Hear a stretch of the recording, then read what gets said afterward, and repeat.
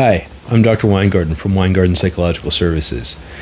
This video is the third installment on our video series for anxiety coping skills, or parasympathetic activation. The first two skills were deep breathing and progressive muscle relaxation. Today I want to cover guided imagery and grounding. I think that these two skills can go together because guided imagery can really be enhanced by using grounding. Grounding is a skill that was developed for trauma, for a symptom called dissociation. Dissociation is a coping skill in which we escape a situation psychologically if we can't escape physically. In sort of normal day-to-day life, we might do this when we're daydreaming or in rote activities where we're driving and we either end up somewhere we didn't expect to go, or we get there and we can't remember which route we took. But in response to traumas, we sometimes escape when we can't escape physically by escaping psychologically.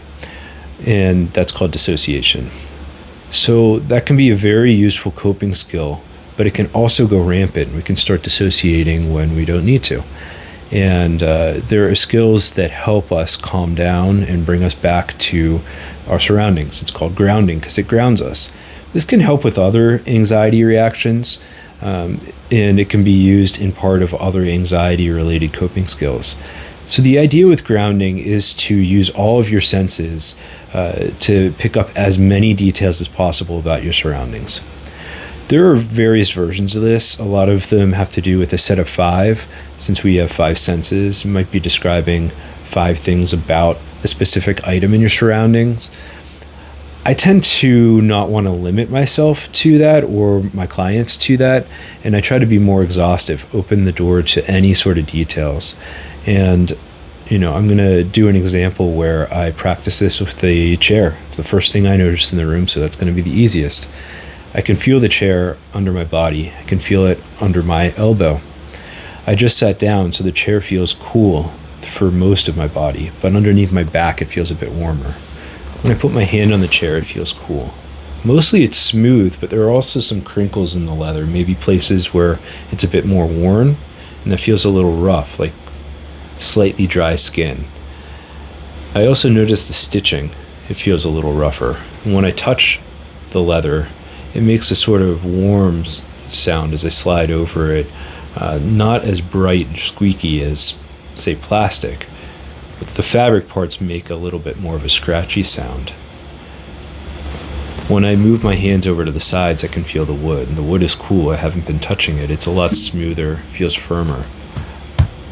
While the leather makes a warm sound when I touch it, the wood makes more of a clunky sound. The chair itself, the back is pretty firm, less padding. Under my butt, there's a bit more padding, but the chair's only a few years old. It's not all that worn out. It's still pretty firm. I can feel my body sinking into the chair. It's pretty comfortable, but it also holds me upright. I feel my feet firmly on the ground. My body feels warm in my clothes. On my arms with my sleeves rolled up, I can feel the air moving in the room. The things that I hear are a slight creak in the side of the building. It always does that when it's windy outside, so it makes me wonder if you can see the trees moving in the window behind me. I can hear the air moving through the air ducts in the room as well. So I'm sort of going stream of consciousness. I'm not pushing myself. I'm trying to make it easy to latch on to the most obvious stimuli in the room for me. That might be different for what you latch on to.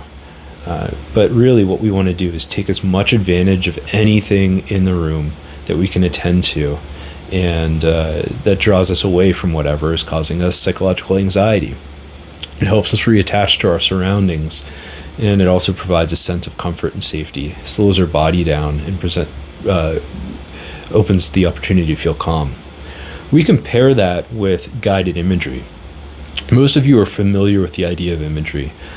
It could be a safe place or an imaginary place that has some special value to you, a place you wish you could go to. I tend to imagine the beach, laying either in the sand or a lounge chair, the sun coming down on my body, the warmth. And if we think about other skills that we've used, like progressive muscle relaxation, my breathing is probably nice and slow. My muscles are probably nice and relaxed. I can imagine laying in that chair and relaxing my body in the sunlight. Do I hear the waves lapping up on the beach, the smell of salt water, the sound of sand moving gently in the breeze, seagulls maybe flying over the ocean, and maybe other kinds of exotic birds in the dense jungle behind me? As the wind blows, do the leaves rustle? So we can really go into quite a bit of detail in that image. The other thing that people commonly say is a family member's house, maybe a grandparent or something. They imagine the sound of their feet walking up to the front door, the doorbell ringing, their grandparent opening the door, greeting them warmly, the sound of their voice, the familiar smells in the house, maybe dinner cooking, maybe going to a favorite room in the house, curling up in a comforter. We can really go into a lot of details using just our memories and these basic skills. I hope that this has been helpful for you, and remember, if you take a little bit of time every morning, it can calm you for the day, and a little bit of time in the evening can help you sleep. Doing that lowers your baseline anxiety so that when you do face something unexpected and distressing, you're more ready to handle it without going into a panic attack or a distressing state. And also remember that practicing these things lets you be ready for that moment so you can use these skills right when you need them. If you don't practice them, they're hard to use, and you kind of got to just bear the situation. I hope this was helpful for you and that you enjoyed this video and that you stick around to see future ones. If you want to see more, like, subscribe, and follow us. Thanks for your time, and hope you have a great day. Bye-bye.